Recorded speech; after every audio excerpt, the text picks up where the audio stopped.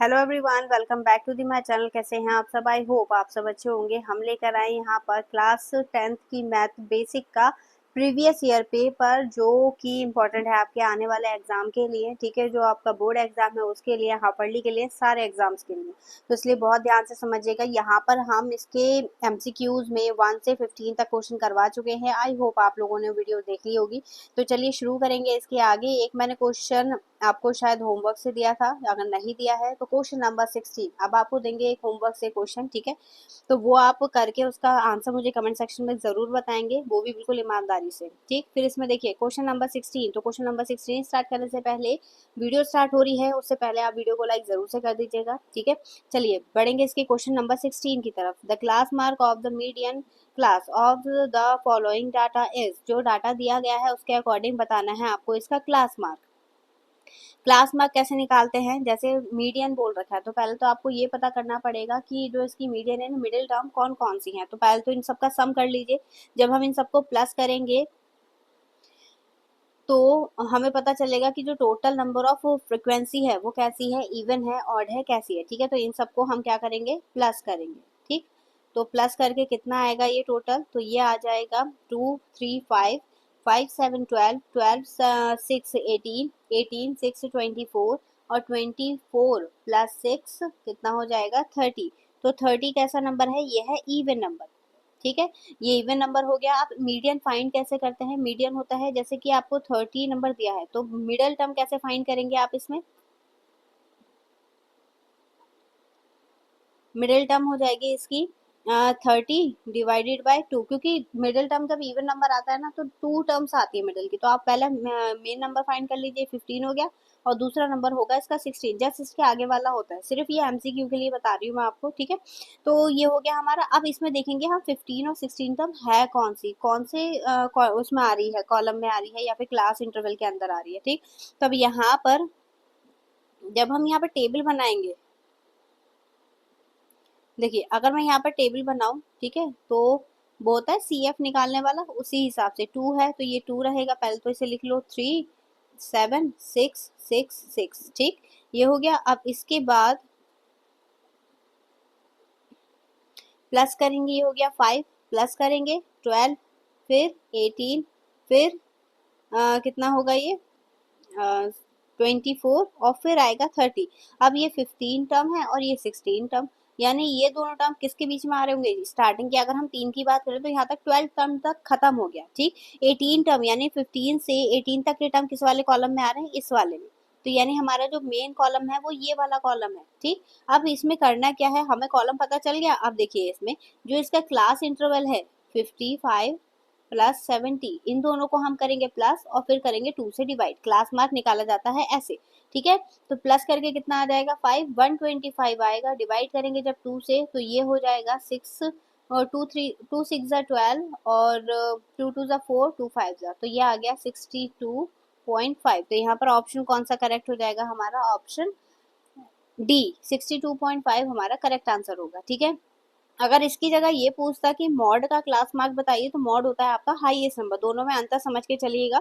ज्यादातर कंडीशन में मीडियन पूछता है, तो मीडियन का तरीका यही होता है। बहुत इजी मेथड मैंने आपको बताया है, तो इसे याद रखिएगा। ठीक है, अब इसमें देखिए नेक्स्ट क्वेश्चन पे अगर हम बढ़ेंगे तो नेक्स्ट क्वेश्चन होगा क्वेश्चन नंबर 17। इसमें भी आपको टेबल दे रखी है, बट इसमें कंडीशन देखिए चेंज है। The following distribution shows the number of runs scores by some batsman in that test series, test matches. The lower limit of the modal class, तो modal मतलब हो गया मॉड का पूछ रहा है वो। ठीक है, मॉड क्या होती है? Highest frequency. तो हाईएस्ट नंबर क्या है हमारा? 10, और 10 की ये होती है लोअर लिमिट, ये होती है अपर लिमिट। तो लोअर लिमिट क्या दे रखी है हमें? 4000। तो यहाँ पे ऑप्शन बी क्या हो जाएगा?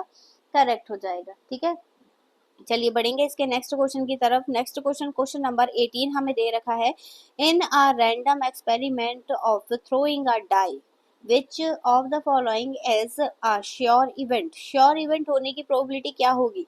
Getting a number between 1 to 6, क्योंकि डाइज है, डाइज पे हमारे 1 2 3 4 5 6 यही तो नंबर होता है, बस 6। अगर डाइज में इनके बीच में नंबर आ रहे हैं तो क्या 1 नहीं मिल सकता हमें? क्या हमें 6 नहीं मिल सकता? तो ये वाला ऑप्शन क्या हो जाएगा? कट, क्योंकि 6 भी आ सकता है, 1 भी आ सकता है, इनके बीच के नंबर भी आ सकते हैं। फिर इसके बाद है गेटिंग एन ऑड नंबर। ये पॉसिबल नहीं है। आप उसे डाल दें कि हर बार ऑड नंबर मिले, ये भी पॉसिबल नहीं है। फिर getting an even number, her bar even number मिले, ये भी पॉसिबल नहीं है। Getting a natural number less than 7, तो जब भी आप डाइस थ्रो करेंगे तो हमेशा इसी में से एक नंबर मिलेगा आपको 6 में से, और वो 6 के 6 नंबर क्या है, लेस देन 7 है। मतलब हमारा जो डी ऑप्शन है वो क्या हो जाएगा, इसमें करेक्ट हो जाएगा। ठीक है, फिर इसके बाद बढ़ेंगे इसके नेक्स्ट क्वेश्चन की तरफ, क्वेश्चन नंबर 19। क्वेश्चन नंबर 19 जो आ गया वो आ गया आपका असर्शन रीजन। असर्शन रीजन में फर्स्ट असर्शन हमें दे रखा है, for any two natural number a and b the HCF of ab is a factor of LCM of a and b। तो इसमें कहना क्या चाह रहा है कि जैसे अगर आप एचसीएफ निकाल रहे हैं, ठीक है, और उसका एलसीएम भी फाइंड कर रहा है, तो एलसीएम में जो भी फैक्टर आएगा उसमें एचसीएफ भी इंक्लूड होगा। मतलब एचसीएफ जो है वो एलसीएम का ही एक फैक्टर होगा। ये चीज असर्शन में बोल रहा है। HCF of any two natural number divide both the numbers. मतलब एचसीएफ अगर आपने दोनों नंबर का फाइंड करा है, ठीक है, तो जो भी एचसीएफ आएगा वो क्या करेगा, वो दोनों नंबर को भी डिवाइड करेगा, ये बोलना चाह रहा है। तो ये बिल्कुल सही है। मतलब रीजन जो है वो असर्शन को क्या कर रहा है, बिल्कुल करेक्टली एक्सप्लेन कर रहा है। तो इस कंडीशन में हमारा कौन सा ऑप्शन करेक्ट हो जाएगा, इस कंडीशन में हमारा ऑप्शन करेक्ट होगा option A, both assertion and reason are true and reason is the correct explanation of assertion। ठीक है, फिर इसके बाद देखेंगे इसका नेक्स्ट क्वेश्चन, क्वेश्चन नंबर 20। तो क्वेश्चन नंबर 20 हमें दे रखा है the value of p for which the system of equation 4x plus py plus 8 is equals to 0 and 2x plus 2y plus 2 is equals to 0 is consist as 4। इसमें क्या बोलना चाह रहा है, इसमें इक्वेशन दे रखी है, ठीक है, एक ये दी है, एक ये वाली दी है। ठीक है, इसमें बोल रहा है कि जो इसमें p यूज हुआ है वेरिएबल, ठीक है, जब आप उसकी वैल्यू फाइंड करेंगे तो वो वैल्यू हमें 4 मिलेगी। अब ये तो सॉल्व करके पता करना पड़ेगा। तो यहाँ पर जब हम इसे करेंगे तो कंसिस्टेंट हो गया। कंसिस्टेंट मतलब हो गया कि जो ये लाइंस हैं वो एक दूसरे पर ओवरलैप कर रही है।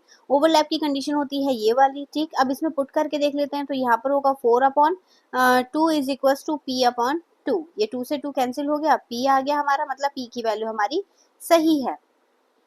देखिए p की वैल्यू आ गई हमारी 4। ठीक है, तो p की वैल्यू तो हमें सही दे रखी, लेकिन ये कंसिस्टेंट नहीं है। कंसिस्टेंट क्यों नहीं है कि जब आप p की वैल्यू यहाँ पर पुट करेंगे तो ये रेशियो बिल्कुल इक्वल आना चाहिए। मतलब जैसे 4/2 कट करके आ गया 2, ठीक है, फिर 4/p की जगह अगर मैं 4 लगाऊंगी तो 4/2 ये भी 2 आ गया। लेकिन जब मैं अगली बार लगाऊंगी, ठीक है, 8/2 तो ये कट करके क्या आ रहा है 4। मतलब लास्ट वाला हमारा इक्वल नहीं है, बस सिर्फ ये दोनों इक्वल है। और ये कंडीशन होती है पैरेलल की, कंसिस्टेंट की नहीं होती है। तो यहाँ पर ये जो बोला है ना कंसिस्टेंट, बस ये चीज इसने गलत बोल दी है, तो इसीलिए हमारा दर्शन क्या हो गया, रॉन्ग हो गया। द सिस्टम ऑफ, सेकंड जो हमें रीजन दे रखा है, the system of equation a1x plus b1y is equals to c1 and a2x plus b2y is equals to c2 is consistent with infinitely many solution if a1 upon a2 b1 upon b2 and c1 upon c2 both are equal. अगर ये तीनों equal हैं तो वो consistent होंगे infinitely many solution के साथ। तो ये बिल्कुल करेक्ट है। इनफाइनाइटली मैनी सोल्यूशन को ये मेंशन करते हैं। तो यहाँ पर हमारा रीजन तो करेक्ट है, बट असर्शन क्या है, रॉन्ग है। अगर इसकी जगह इसने पैरेलल बोला होता ना तो ये बिल्कुल करेक्ट होता हमारा असर्शन। ठीक है, तो यहाँ पर हमारा कौन सा ऑप्शन करेक्ट होगा, तो ऑप्शन हमारा असर्शन फॉल्स है और रीजन करेक्ट है, इसलिए हमारा ऑप्शन डी क्या हो जाएगा, करेक्ट हो जाएगा। ठीक, तो आई होप आप लोगों को समझ में आया होगा। यहाँ पर हमारे 20 MCQs जो है वो फिनिश हो गए हैं। अब इसमें जो देखिए सेक्शन बी है, ये इंपॉर्टेंट क्वेश्चन है। चाहे तो आप इसे होमवर्क से ले सकते हैं, मैं इसे होमवर्क से दे दिए सॉल्व करवाऊंगी, या फिर आप सॉल्व करके एक्स और वाई की वैल्यू मुझे कमेंट सेक्शन में बताएंगे, ठीक है, कि क्या आ रहे हैं इसके आंसर, और फिर सोल्यूशन देकर मैच करेंगे कि आपने वैसे ही कराया जैसे हम कर रहे हैं। ठीक है, इसी के साथ इस वीडियो को रोकते हैं हम यहीं पर। इसका आंसर आप कमेंट सेक्शन में बताइएगा, और अगर आपको इसका पीडीएफ चाहिए या फिर इससे जो पेपर है प्रीवियस ईयर पेपर, अगर उसके फोटो चाहिए, पीडीएफ चाहिए, तो आपको वो लिंक मिल जाएगा आपके डिस्क्रिप्शन में, तो आप वहाँ से डाउनलोड कर सकते हैं, वहाँ से ले सकते हैं ये। ठीक है, और ज्वाइन कर सकते हैं हमारा व्हाट्सएप ग्रुप। तो चलिए मिलेंगे अब इससे नेक्स्ट वीडियो में नए क्वेश्चन के साथ। तब तक के लिए धन्यवाद।